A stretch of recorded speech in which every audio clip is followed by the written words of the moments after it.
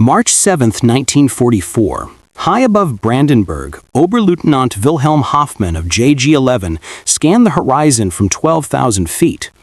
A massive bomber stream stretched out like a silver tide, 400 B-17s crawling across the sky. This was nothing new. The Americans would release their payloads, then turn for home.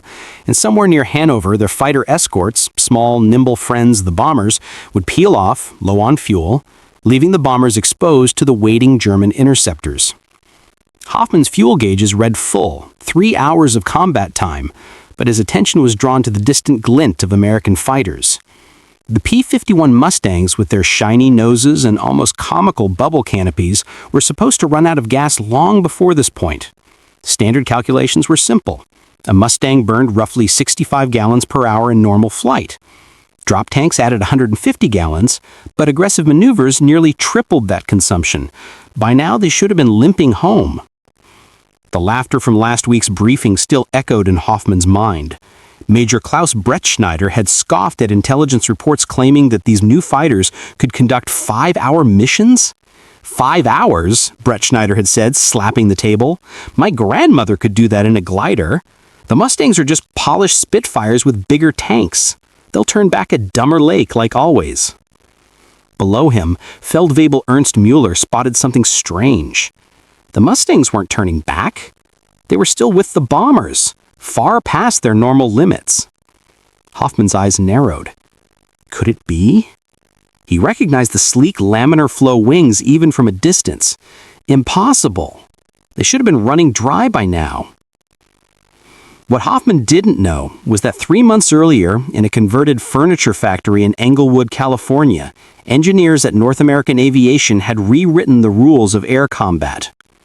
They had taken an already capable fighter and transformed it into a machine with unprecedented range and endurance, a fighter that could reach Berlin, engage in combat, and still return safely. The transformation began in desperation. In April 1940, the British sent an urgent telegram. We need fighters, fast, in large numbers. North American Aviation promised a prototype in just 120 days, a timeline nearly unheard of. Edgar Schmood, the chief designer, worked tirelessly, pulling engineers from every project and keeping drafting tables running round the clock.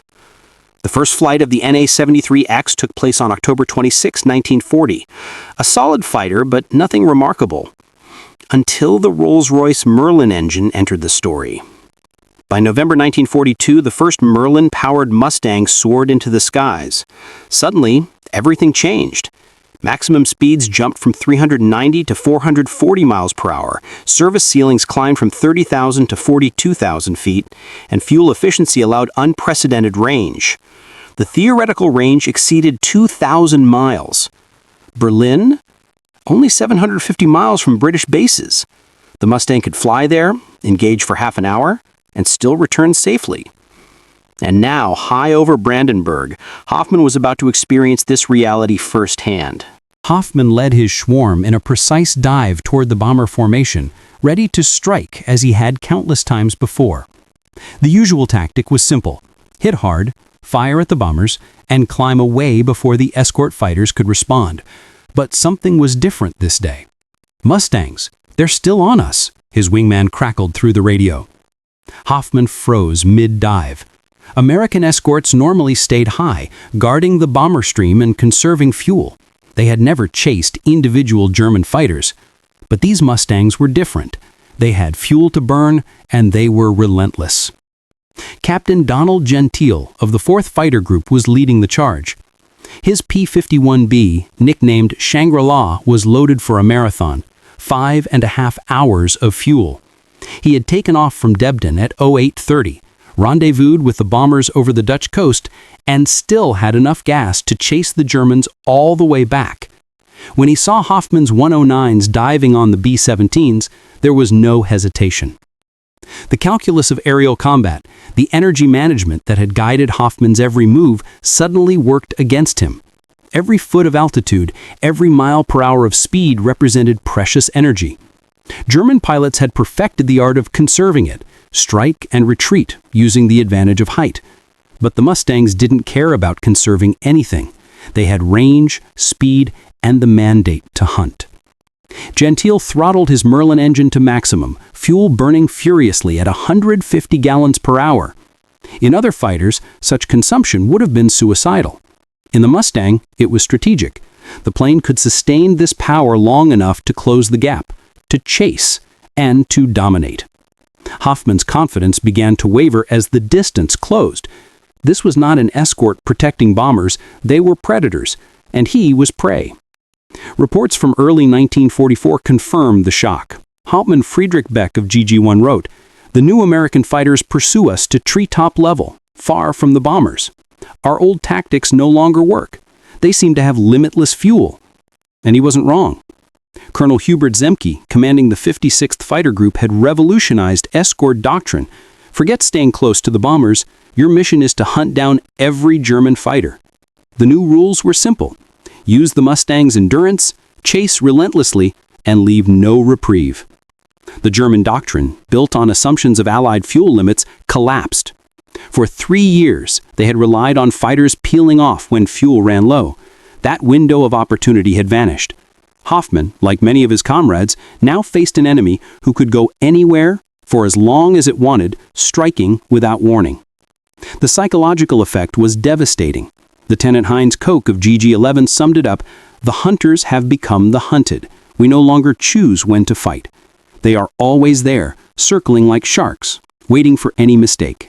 Over the coming months, Mustang pilots learned to exploit this fully. Freelancing far beyond bomber protection, strafing railways, airfields, and convoys with impunity. Every sortie over Europe pushed the Germans closer to desperation.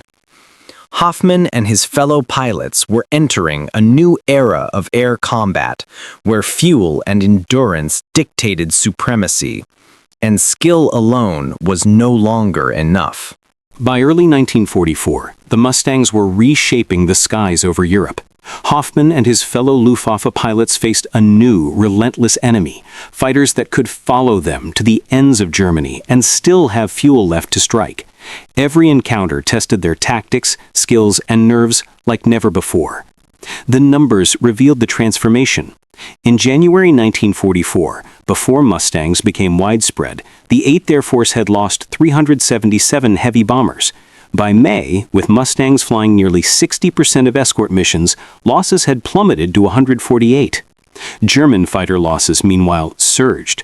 From 307 in January, they rose to 432 by May. It wasn't just attrition, it was the emergence of a new kind of air combat, where the enemy's endurance shattered conventional expectations. The Mustang's presence forced Germans into desperate innovation. Larger drop tanks, tighter formation attacks, and risky frontal assaults became common. Company front attacks tried to bring 40 to 60 fighters together for a devastating strike, but the roaming Mustangs would intercept before they could assemble. Every German pilot lost represented years of training that couldn't be replaced. Meanwhile, American replacements were almost limitless. 3,000 new pilots trained every month. Even psychological warfare was redefined. Lieutenant Heinz Koch's diary reflected the grim reality. "We take off knowing they will be there. There is no moment of safety. They hunt us, follow us, and strike relentlessly." Mustangs could descend to low altitudes, attack airfields, rail yards, or moving convoys, and still return safely. They weren't just defending bombers, they were hunting, and the Germans were now the prey. Training evolved too. American pilots in England learned to manage fuel not to conserve it, but to maximize combat time over enemy territory. German pilots were taught the opposite: calculate every maneuver, conserve every drop. The contrast in approach only widened the gap in effectiveness. By December 1944, the Luftwaffe had essentially lost daylight air superiority. Hitler's Ardennes offensive had to be executed in bad weather to avoid the Mustangs. Clear skies meant almost certain annihilation. German pilots were now flying missions with their hearts in their throats, knowing the Americans could follow them home. Even desperate tactics like ramming attacks became futile. Mustangs intercepted the attackers before they could reach the bombers. The numbers told the story. Mustangs flew over 213,000 sorties in Europe, fired millions of rounds, and claimed nearly 5,000 aerial victories while losing just over 2,500 aircraft. For every Mustang lost to enemy action, 2 German fighters were destroyed. By March 1945, the contrast was staggering.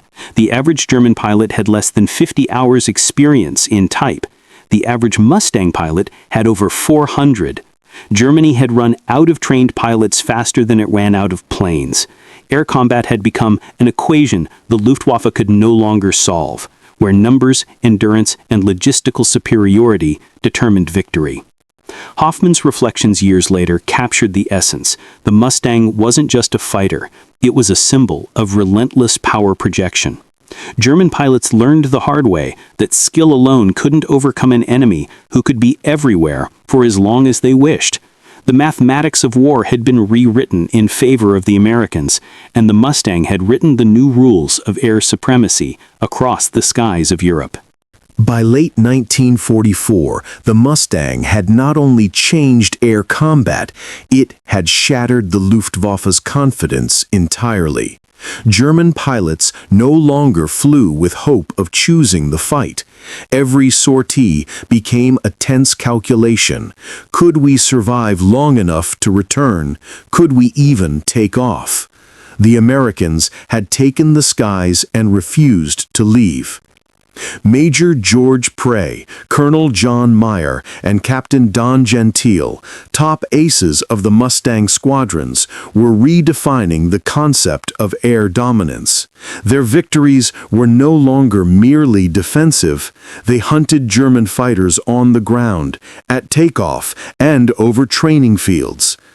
Operation Jackpot, launched in May 1944, exemplified this shift.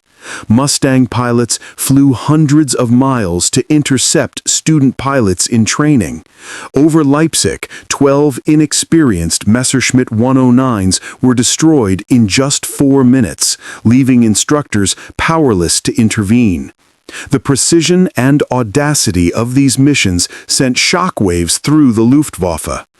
By December, daylight air superiority over Germany was effectively lost. Hitler's Ardennes offensive had to be conducted in poor weather to avoid the Mustangs. Clear skies meant near certain destruction. German pilots were operating under extreme constraints, limited combat sorties, strict fuel rationing, and the knowledge that any maneuver could be their last. Meanwhile, Mustang pilots were flying double missions, morning raids, lunch refuels, afternoon missions, turning endurance into a tactical weapon. The impact of the Mustang went beyond numbers. It transformed psychology, training, and strategy. German pilots like Lieutenant Oscar Busch wrote in desperation, "Even landing in darkness offered no refuge. They hunted by sight, sound, and anticipation. Every sortie became a gauntlet." The Americans, in contrast, were taught to maximize fuel and time over enemy territory. The Mustang's design, merging the Merlin engine with the efficient airframe, enabled pilots to fight wherever they wished for as long as necessary. By March 1945, the results were undeniable. Mustangs flew over 213,000 sorties, claimed nearly 5,000 aerial victories, and lost only about 2,500 aircraft. For every Mustang lost, 2 German planes were destroyed.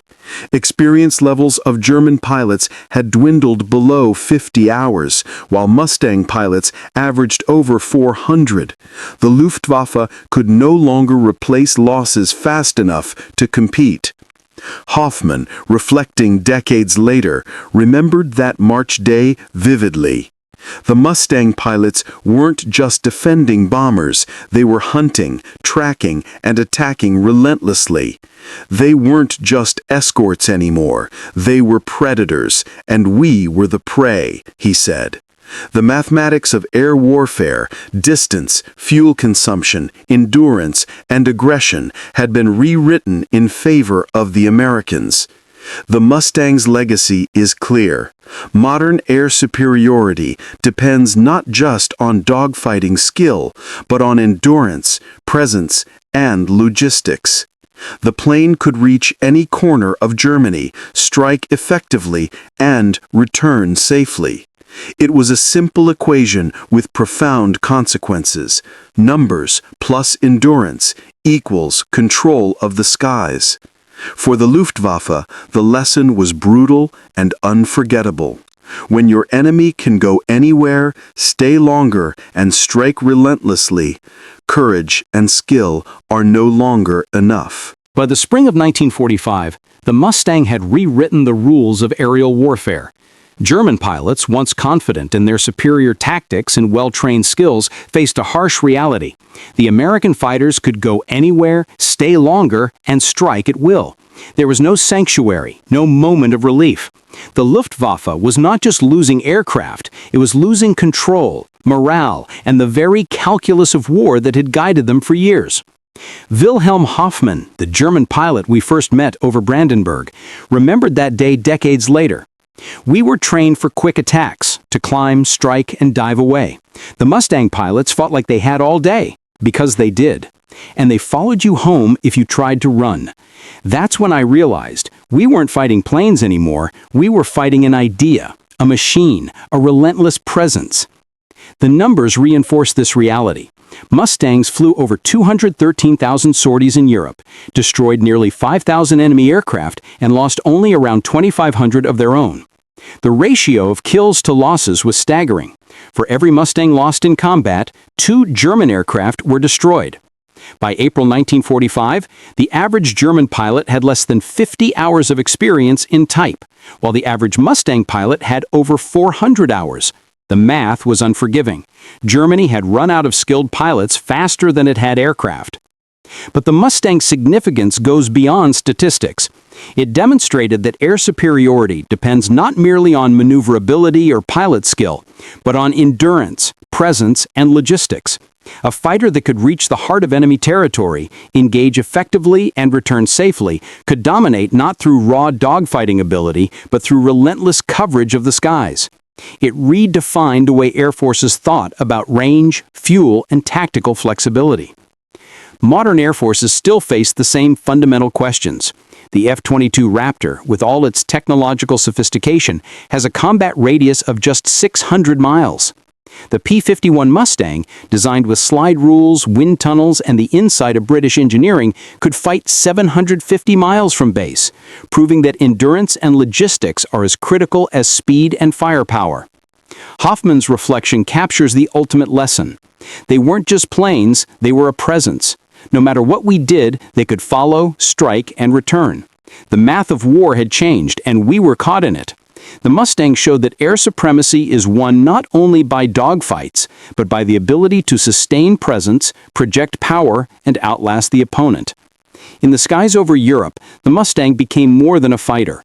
It became a symbol of American ingenuity, endurance, and strategy. And for the German pilots of 1944 to 45, it became the unforgiving equation they could never solve. Distance divided by fuel, multiplied by time in the air, equaled absolute dominance. The hunters had become the hunted, and the P-51 Mustang had rewritten the very mathematics of war.